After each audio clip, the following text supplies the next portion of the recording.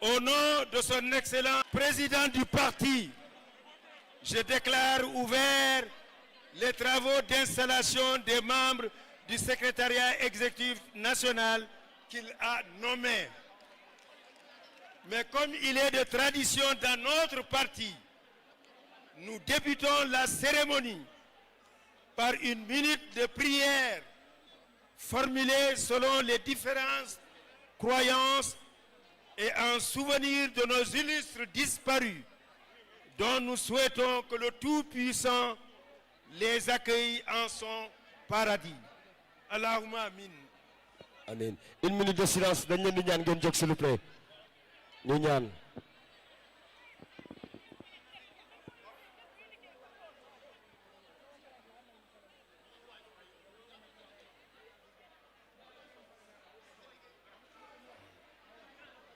Merci beaucoup, chers camarades. Je passe la parole au camarade Seydou Gueye, maître désigné de la cérémonie, qui vous fera lecture du déroulé envisagé. Seydou, vous avez la parole. Merci beaucoup. kon nag ñu dégloonte le premier ministre Sidiki Kaba jox na leen tegtal ci lii nga xam ni moo ñu fi dajale tey li ñu fi dajale tey dafa am benn kuréel déglu leen ma may leen ma nopp ma wax li ñu fi dajale li ñu fi dajale dafa am benn kuréel bu tudd secrétariat exécutif national bu Alliance pour la République moom la ñuy installé ñëwuñu ci meeting politique kuréel bi bu ci kanamee di ngeen xam lan mooy importance am ak dayoom ba war na tax ni li ñuy wax solennité moo war a ëpp folklore nañ leen fonk sunu ay kuréel instance bi la ñuy installé tey ñi ci bokk war nañu xam lan mooy instance bi te bu coow li bare nit dina fi toog ba jóge fi te xamul instance boobu lan lay jëriñ moo tax ni nu ko bëgg a defee tey kàddu président Macky Sall moom ngeen di njëkk a dégg mu sas ko le président de séance le premier ministre Sidiki Kaba pour mu jottali leen ko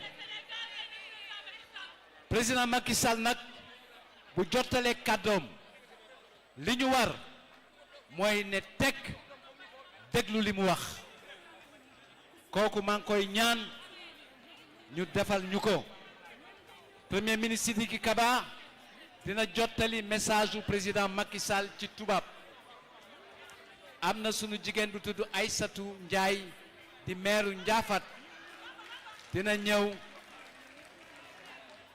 ñëw faram fàcce ko ci wolof bu ñu paree loolu ñu may sunu mbokk yi nga xam dañu yàgg ak ñoom ñu defal ñu animation bu ndaw bu loolu weesoo ñu dugg ci lecture motion yi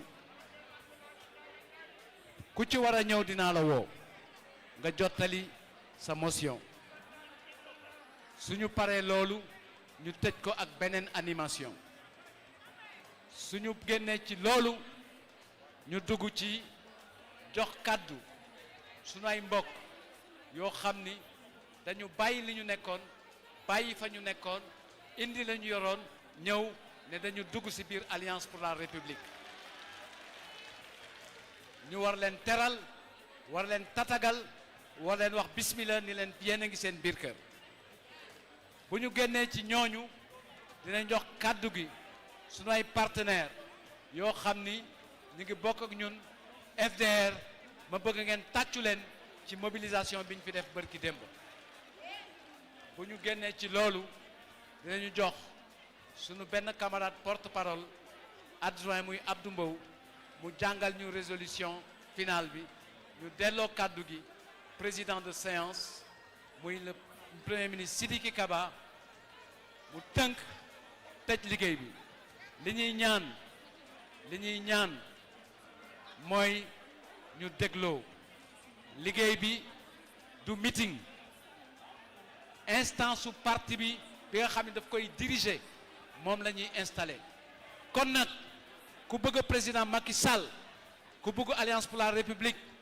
di nga déglu ba déglu li président Macky Sall wax ak li mu sant ñeneen ñi ñu wax ko kon nag looloo nu fi bàyyi loolu la ñu war a mottali matal ko maa ngi jox kàddu gi le premier ministre Sidiki Kaba mu jox ñu message du président Macky Sall may ñaan ñëpp ñu déglu monsieur le premier ministre vous avez la parole.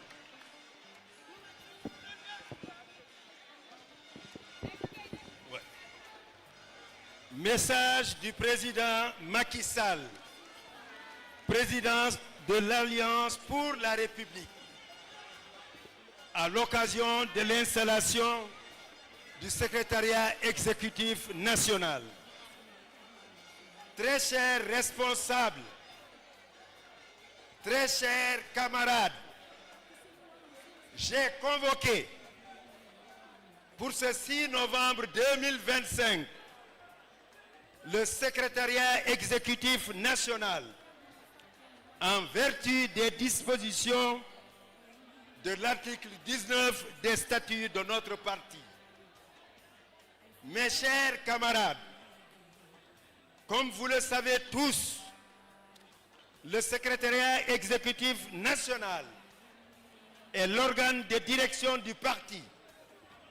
Il est chargé d'une part de préparer les dossiers politiques et d'autre part d'éclairer sur les questions touchant aux divers domaines du développement socio-culturel, économique, mais également à la géopolitique.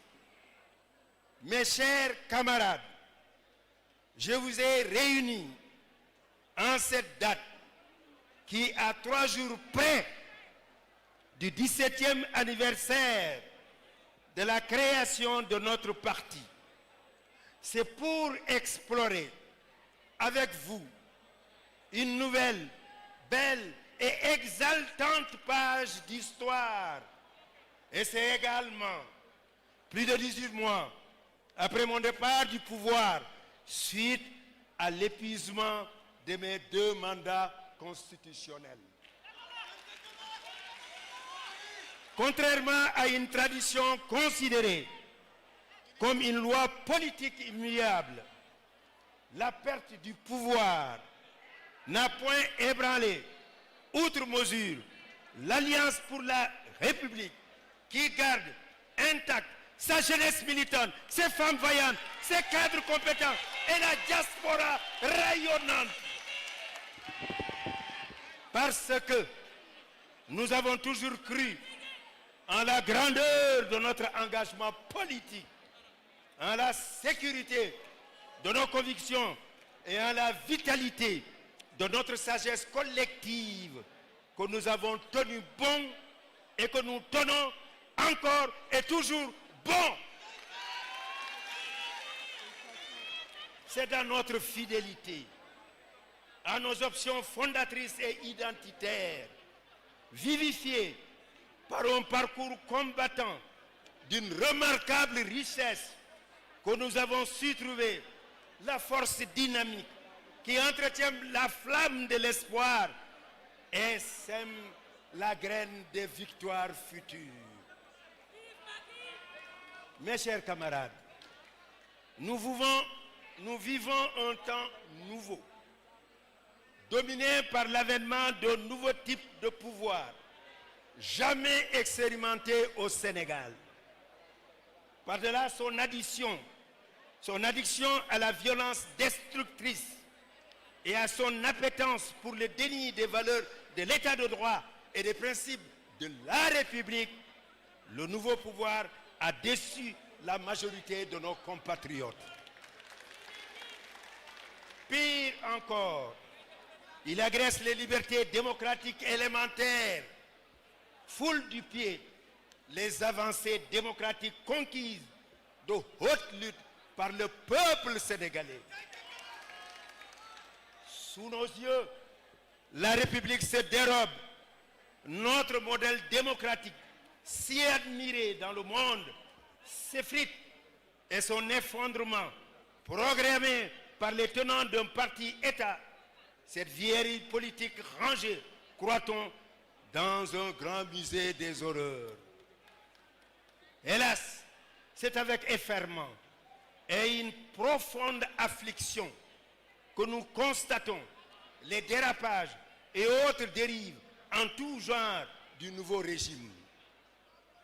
Le formidable héritage que j'ai légué à mon pays, à ma nation et à mon peuple ne saurait être détruit ni par l'amateurisme, ni par la haine revancharde, paralysante et de régression dans tous les domaines de la vie.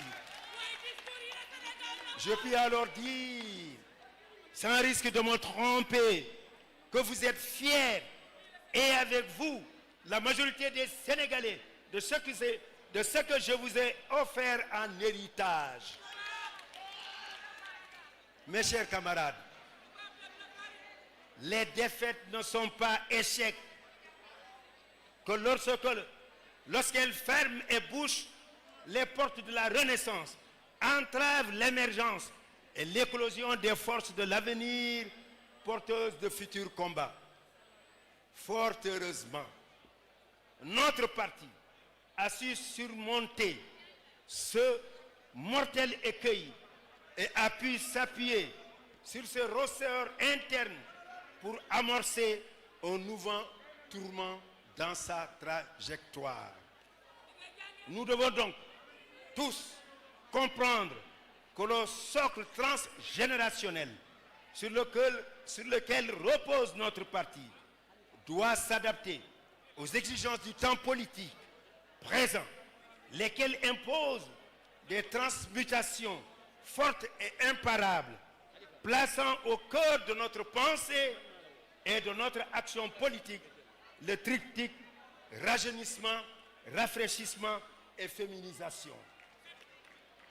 Nous comptons garder notre âme politique, nous appuyer sur toutes nos forces internes pour concevoir et bâtir, de concert avec l'opposition, une nouvelle dynamique apte à fermer la violente parenthèse politique ouverte le 24 mars 2024. Oui, vous avez bien entendu et bien compris. C'est seulement en unissant nos forces, en dépassant les clivages factices, les rancœurs et rancunes subjectives, voire subjectivistes, que l'encomment politique a du sens. Car c'est ce que l'histoire recommande et c'est ce que le peuple réclame. Mes chers camarades, dans le processus de parachèvement, du montage de nos structures et d'accélération de l'édification de notre parti, j'ai décidé de procéder très prochainement au montage des secrétariats exécutifs départementaux sur l'ensemble du territoire national. Ils joueront à titre provisoire le rôle dévolu aux délégations départementales, le temps d'animer nos bases, d'unifier et de fortifier nos localités. Mes chers camarades, dans la certitude que vos travaux, conformément à nos admirables traditions, dans la sérénité, la convivialité militante et la franche camaraderie, je déclare ouverts les travaux portant sur l'installation du secrétariat exécutif de l'Alliance pour la République. Plein succès à vos travaux. Macky Sall.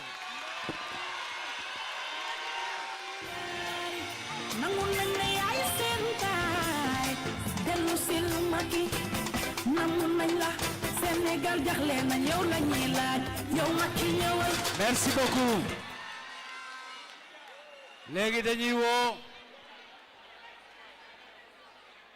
Aïssatou Ndiaye maire de Ndiafate pour mu ñëw ndax lii président wax ci bataaxal bii ku ci ne war nga ko dégg ñi dégg tubaab bu baax dégg nañu ko waaye bu nu ko waxee ci wolof day gën a baax rek kon nag ñu jox Aïssatou mu def ko ci wolof tënkal ñu ko très rapidement. Madame le maire, vous avez la parole.